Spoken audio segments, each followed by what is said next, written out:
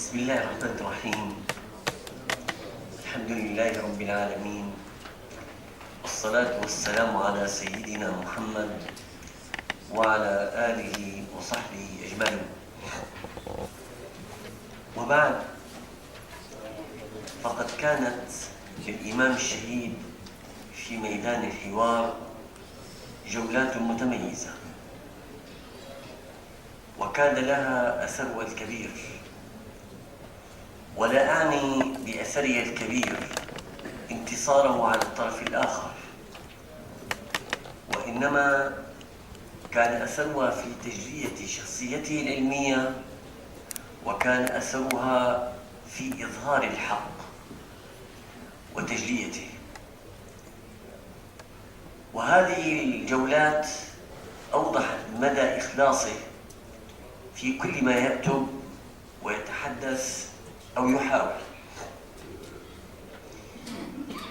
تكشف حواراته جوانب من شخصيته لا يلمسها المرء إلا من خلال الحوار. أريد أن أشير أولاً إلى المرتكز العلمي الذي كان ينطلق من خلاله في جولاته الحوارية.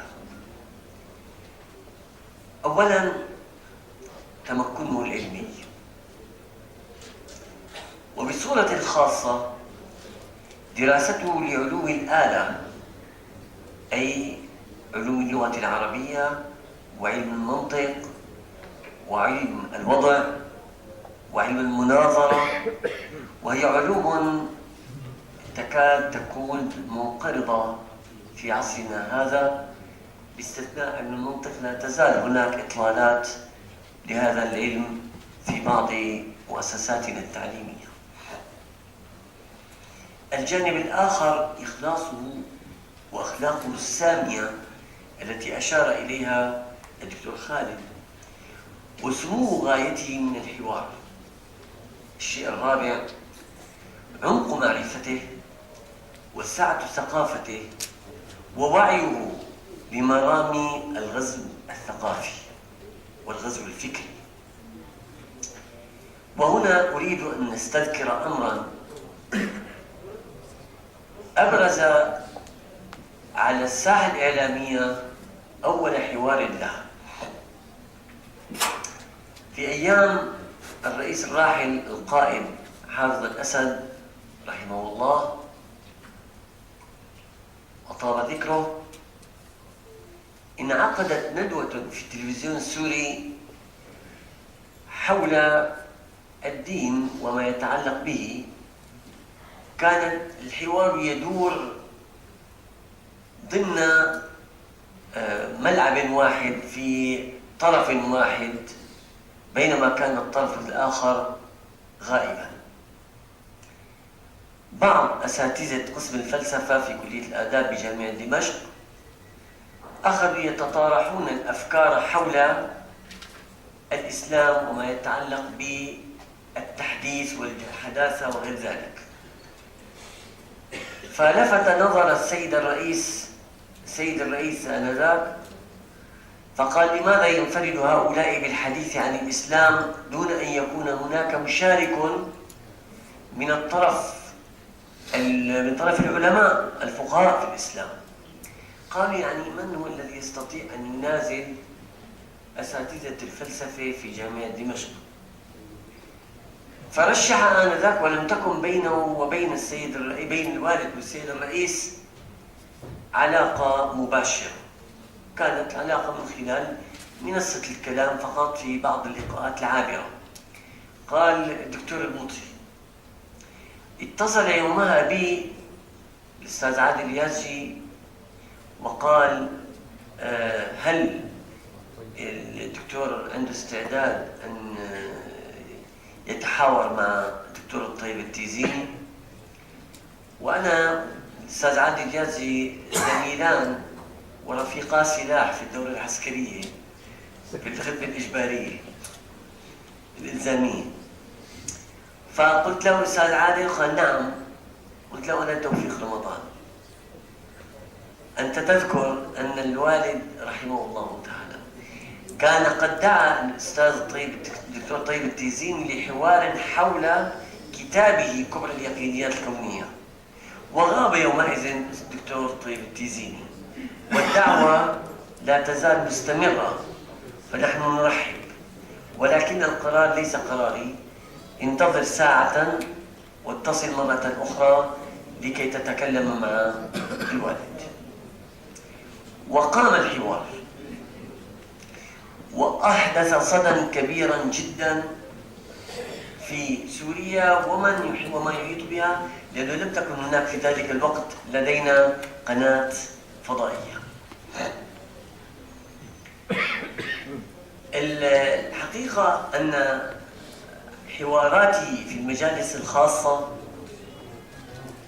موجودة، وقد انعقد حوار بينه وبين الشيخ الألباني رحمه الله، والذي افتري عليه وعلى والدي الكثير من الأكاذيب في ظل هذه الأزمة التي تجري، مع العلم بأن هذا لا يعني تبرئة طرف ما من بعض ما قد قيل، لأن الحوار الذي جرى كان حوارا غنيا، ويسعدكم أن تطلعوا عليه لأنه منقول حرفيا من شريط مسجل لما جرى في تلك الجلسة، وذلك في كتابه اللامذهبية أخطر بدعة تهدد الشريعة الإسلامية.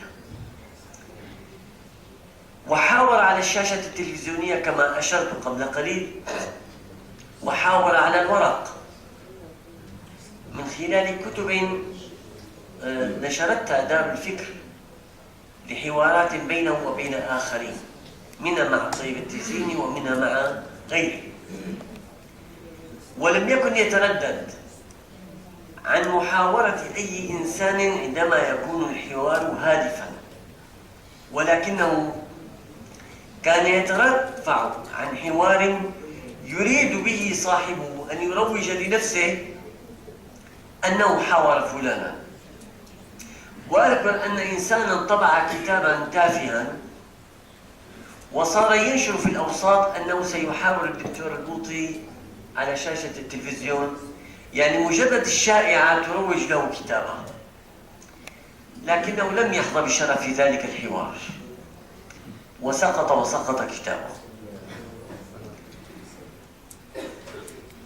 نعم، حاور الإمام الشهيد رحمه الله الدكتور الطيب التيزيني، والدكتور الطيب التيزيني شخصية لامعة في مجالها في قسم الفلسفة في جامعة دمشق، وله كتبه وآثاره العلمية. كان الحوار في غاية الرقي والنموذجية، وقد أحدث صدى كبير. ويهمني هنا أن أشير إلى كيفية الحوار التي كان رحمه الله يعمل إليها. هو لم يكن يرى في الحوار حلبة صراع، وإنما كان يرى أن الحوار يمثل طرفين يتعاونان للوصول إلى الحقيقة، ولذلك كانت لغته لغة تقرب ولا تبعد،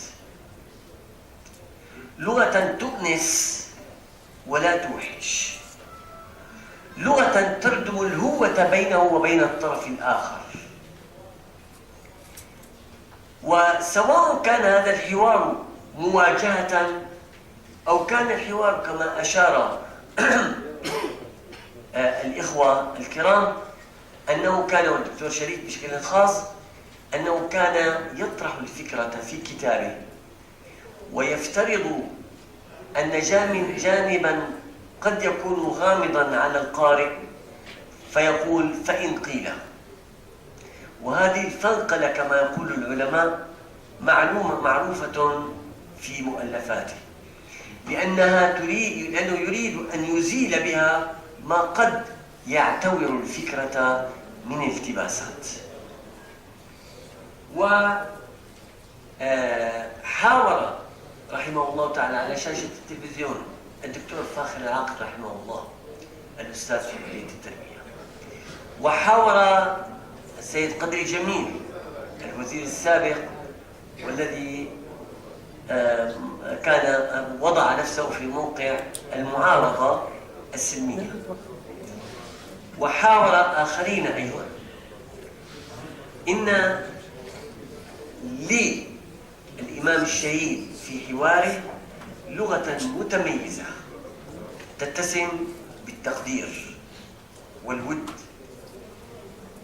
الذي يزيل مشاعر الجفاء بين طرفين فيما يبدو أنهما مختلفان وأنهما متناقضان، فيبدأ من نقطة الاتفاق ليرتكز عليها لمعالجة نقطة ما يمكن أن يسمى اختلافا. ويمكن أن نضع على مسامعكم ومرآكم نموذجا للمقدمة التي قدم بها لحوار جرى بينه وبين الدكتور الطيب التيزيني، وليس على التلفزيون السوري وإنما على تلفزيون الMBC أظن. هذه هي بداية الحوار بعد التقديم. أستأذنكم أن أبدأ قبل الإجابة عن هذا السؤال بالتركيز على نقطتين قد تكونان من الأهمية بمكان. النقطة الأولى أنني أرحب بأن أشترك في حوار حول قضية من القضايا الساخنة، وأنا لا أشك أن في قضايانا ما يمكن أن يتصف بأنها فعلا ساخنة، ولكن لا بد أن أذكر بأن دور الحوار هو أن ينقل القضايا الساخنة من السخونة إلى البرودة في ظل الحوار الذي يبحث عن الحقيقة، في ظل تلاقي أطراف الحوار طبق المنهج المرسوم للبحث عن الحقيقة التي قد تغيب في كثير من الأحيان وقد يشبه عليها في كثير من الأحيان. فأنا ينبغي، وأعتقد أن ما أقوله بلسان أخي الدكتور تيزيني أيضا. نعم. نعم.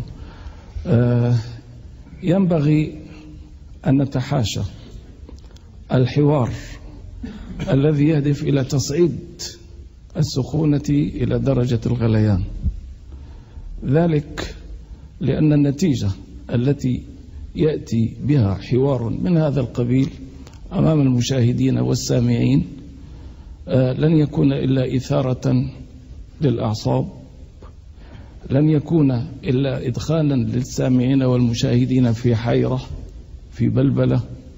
ونحن نعيذ بالله أنفسنا وإخواننا من أن نجعل من الحوار أداة لتوتير أعصاب أو لإثارة بلبلة أو لزج سامع في حيرة من أمره.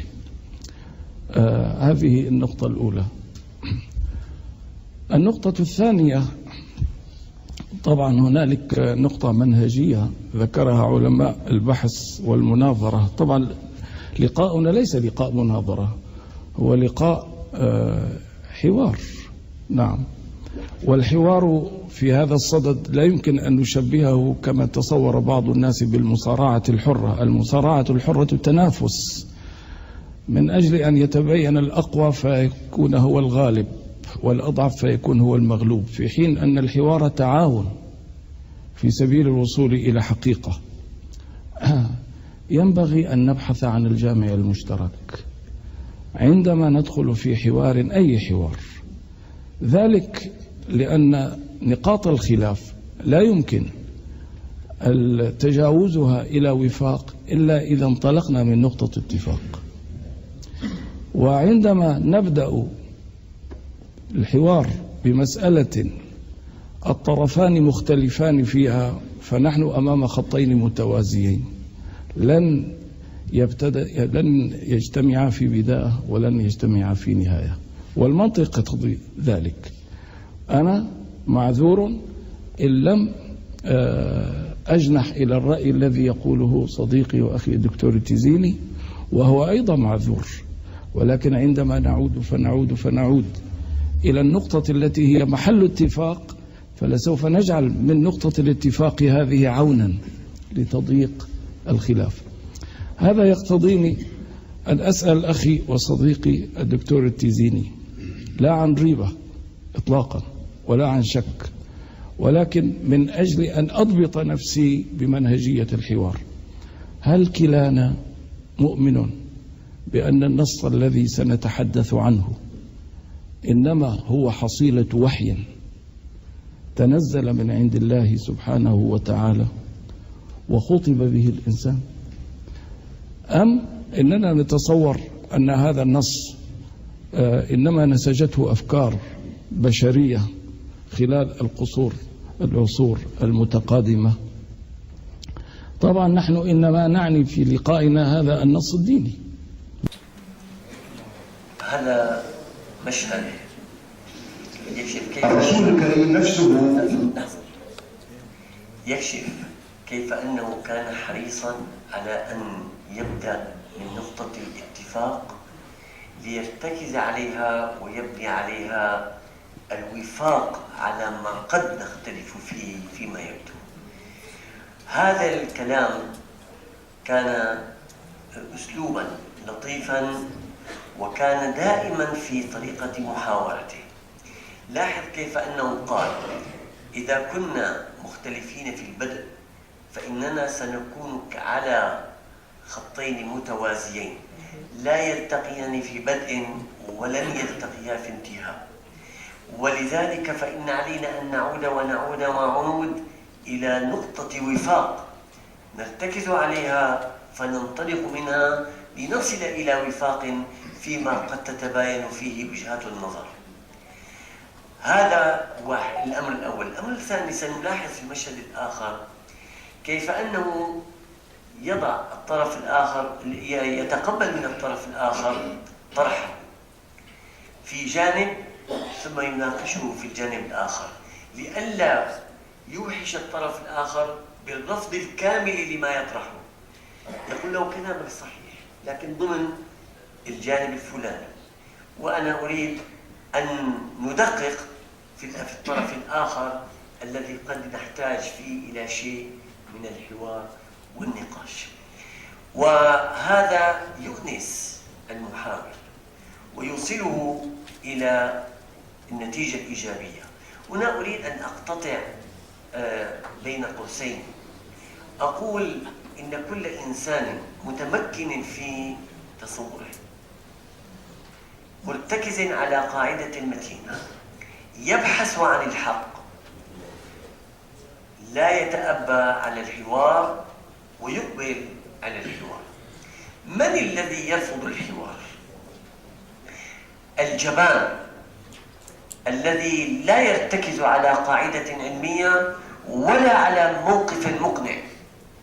الجبناء هم الذين يعلمون أنهم إنما يفكرون بعقول غيرهم وينظرون بأعين غيرهم ويسمعون بآذان غيرهم، لا شخصية لهم، ولذلك يرفضون الحوار.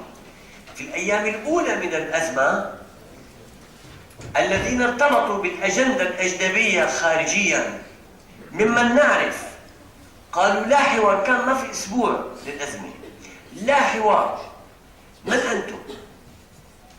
وعلى ما ترفضون الحوار؟ لسبب واحد، أنكم لا تنطلقون من ذاتكم، تنطلقون من برامج خارجية. ولا أرجو أن لا تؤاخذوني إذا فعلت، لأنهم برفضهم للحوار إنما كانوا يقطعون السبيل على إخماد نار بدأ شررها ينبعث من أفواههم ومن مؤامراتهم. رفضوا الحوار، وكان الذي رفض الحوار يتزيى بزي ديني ويحمل صفة دينية. أقول لهذا الأفاك، أقول له رفضت الحوار مع دولة ومع نظام كما تسميه. بينما أمر الله تعالى موسى بالحوار، وموسى نبي، وأمره أن يمضي ليحاور من؟ طاغية قتل أطفال بني إسرائيل واستباح نساءهم وفعل الأفاعيل، بل وأمره قال فقولا له قولا لينا لعله يتذكر أو يخشى. هذا منطق الإسلام، منطق الذي يحمل الحجة ويستند على أرض صلبة، يقف على أرض صلبة. أما الذين يرتبطون ببرامج رهنوا أنفسهم لها فإنهم أجبل من أن يقفوا في مواجهة الحق. وقد رأيناهم في جنيف كيف لا يستطيعون أن يتكلموا حتى يخرجوا ويستأذنوا من أسيادهم في الكلمة التي يريدون أن يقولوها. هذا شيء قد تكشف وتعرى، وينبغي أن يعلم أنه إنما يتهرب من الحوار من لا يملك الحجة. الآن أعود إلى الحوار وأدب الحوار. يطرح الدكتور الطيب التيزيني